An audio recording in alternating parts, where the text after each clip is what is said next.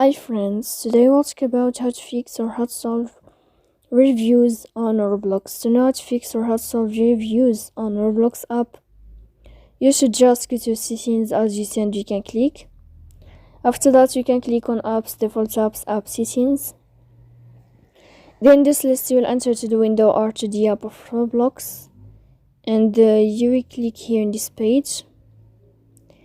Then this list of app info you can click on first stop and you can click OK. Here we'll enter to the window of storage.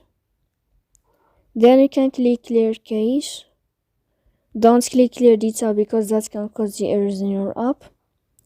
In the end, you can turn off your Wi-Fi and you can wait a moment to turn on your Wi-Fi again. So please don't forget to support us by like and subscribe. See you next time in another video, and thank you for your attention.